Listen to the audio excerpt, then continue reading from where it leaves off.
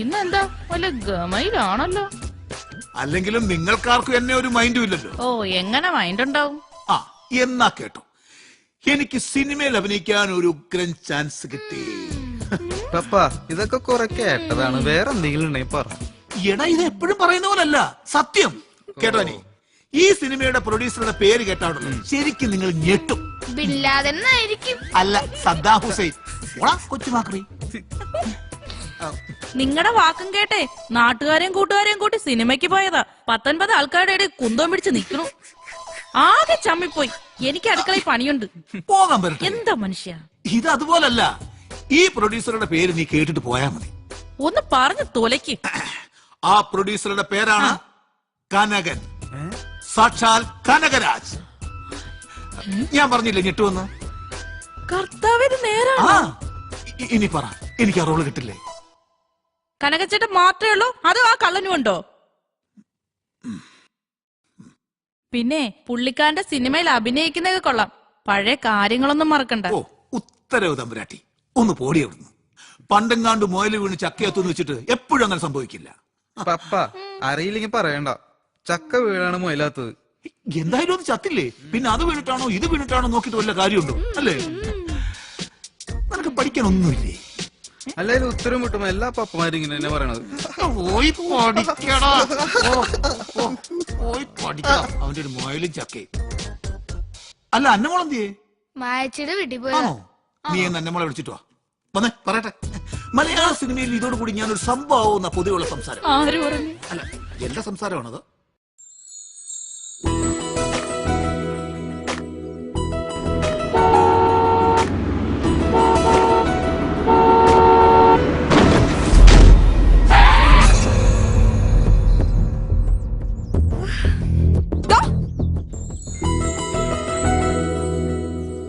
തന്റെ മൂത്ത് കണ്ണില്ലടോ? എന്താ? അപ്പൊ തനിക്ക് ചെവി കേക്കില്ലേ? തന്റെ മൂത്ത് കണ്ണില്ലേന്ന്. ഇതൊക്കെ സ്ഥിരം ഡയലോഗല്ലേ, ഇതുവരെ ഒരു ചേഞ്ച് ഇല്ലേ? ഓഹോ, അപ്പൊ തനിക്ക് ഇത് സ്ഥിരം പരിപാടിയാണല്ലേ? സുന്ദരികളായ പെൺകുട്ടികളെ കാണുമ്പോ തനിക്ക് മുട്ടെന്നൊന്നുമല്ലേ? സുന്ദരി എന്ന് ഉദ്ദേശിച്ചത് കുട്ടി തന്നെയാണോ? എനിക്ക് എന്താണോ കുഴപ്പം? സമയവും സൗകര്യം കിട്ടുമ്പോ കണ്ണാടി നോക്കിയാ മതി. ചിന്ന പൊണ്ണ് നമുക്ക്.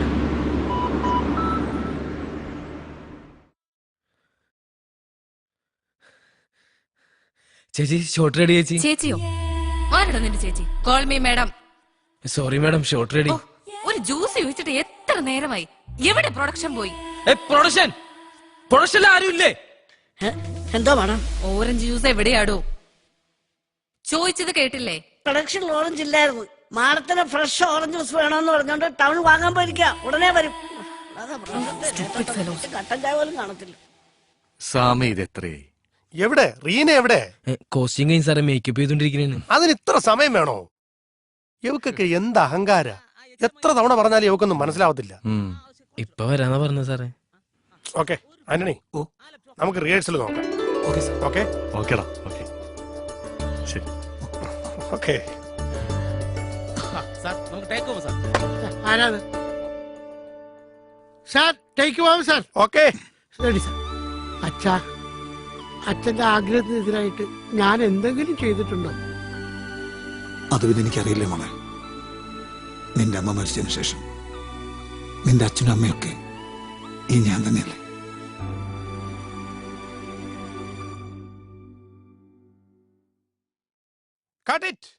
ആരാ ഈ നിക്കണേ? വെരി ഗുഡ്,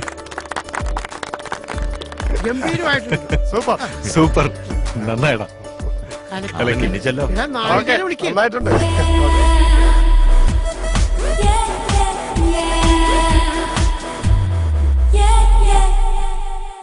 സാർ നമസ്കാരം. അപ്പൊ ടേക്ക് പോവാലോ. തുടങ്ങാം സാർ. ആരാ എന്റെ അച്ഛനായിട്ട് അഭിനയിക്കുന്നേ? ഇങ്ങനെ അച്ഛനായിട്ട് അഭിനയിക്കും. ഇയാളോ? കൊള്ളാവുന്ന ആരെയും കിട്ടിയില്ലേ? നന്നായിട്ട് അഭിനയിക്കുന്നേ. ആ ശരി, റെഡിയല്ലേ സാർ? എടുക്കാം. ഓക്കെ, നോക്കാം. ആക്ഷൻ. അച്ഛാ, ഇന്നേ വരെ അച്ഛന്റെ ആഗ്രഹത്തിന് വിപരീതമായി ഞാൻ എന്തെങ്കിലും ചെയ്തിട്ടുണ്ടോ? ഡയലോഗ് പറ. ഡയലോഗ് പറയാൻ അറിയില്ല മോളെ. അതെനിക്കറിയില്ല മോളെ. ആ, cut it. എന്താ ഇത്? ആദ്യം ഇയാള് ഡയലോഗ് മര്യാദയ്ക്ക് പഠിക്കട്ടെ, എന്നിട്ട് നോക്കാം. ഇതാ ഞാൻ പറഞ്ഞത്, നല്ല എക്സ്പീരിയൻസ് ഉള്ള ആർട്ടിസ്റ്റിനെ വെക്കണമെന്ന്.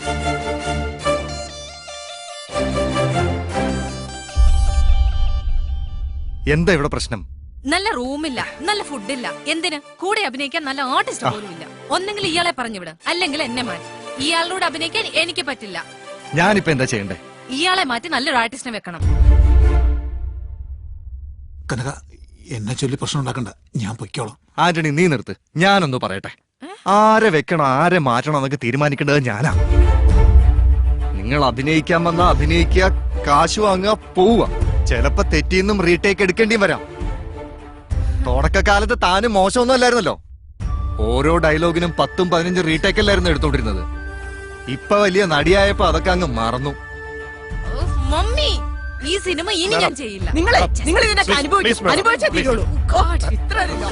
വേണ്ട കനക, എന്നെ ചൊല്ലി ഒരു പ്രശ്നം ഉണ്ടാക്കണ്ട, ഞാൻ മാറിത്തരാം. നീ ഒന്ന് വെറുതെ ഇരിക്കണ്ട ആന്റണി. 25 വർഷം കൊണ്ടുള്ള ശ്രമമായത്. അതെങ്ങനെ വേണമെന്ന് ഞാൻ തീരുമാനിക്കും. അവള് പോണെങ്കി പോട്ടെ. എനിക്ക് നിന്നോളം വലുതല്ലടാ അവളൊന്നും. അവര് പോയാ പിന്നെ ഈ വേഷം ആരഭിനയിക്കും? നിങ്ങൾ ആരെന്തെങ്കിലുമൊക്കെ ചെയ്യും. സാർ, സാറെങ്കിൽ അവരോടൊന്ന് പറ, ഞാൻ വേണമെങ്കിൽ അവരുടെ കാല് പിടിക്കാം. എന്തിന്? വേണ്ട പപ്പ, പപ്പ ആ അങ്കാരുടെ കാല് പിടിക്കണ്ട. പിന്നെ ആരഭിനയിക്കും? കുട്ടി അഭിനയിക്കൂ. നിങ്ങൾക്കൊക്കെ സമ്മതമാണെങ്കിൽ ഞാൻ അഭിനയിക്കാം. വേണ്ട മോളെ. കനക, ഇതെന്റെ മകളാ. അവൾക്കിപ്പോ വിവാഹാലോചന നടക്കുന്ന സമയമാണ്. അത് സാരമില്ല പപ്പ, എന്റെ പപ്പയുടെ മാനം കാക്കാൻ വേണ്ടി ഞാൻ അഭിനയിക്കാം. മതി, നീ മതി മോളെ. എന്റെ ആന്റണിയും മകളും. നിനക്കെന്നെ മനസ്സിലായോ കനകനങ്കിളിനെ? പപ്പ എപ്പോഴും പറയാറുണ്ട് കനകനങ്ങളിനെ പറ്റി. സാർ എന്ത് പറയുന്നു? എനിക്ക് ഓക്കെയാണ്. എങ്കിൽ ഈ കുട്ടിക്ക് മേക്കപ്പ് ഇട്ട് കോസ്റ്റ്യൂം കൊടുക്കൂ. അസിസ്റ്റന്റ്. ശരി സാർ. വാ വാ വാ. ചെല്ലു മോളെ. എന്താ പേര്?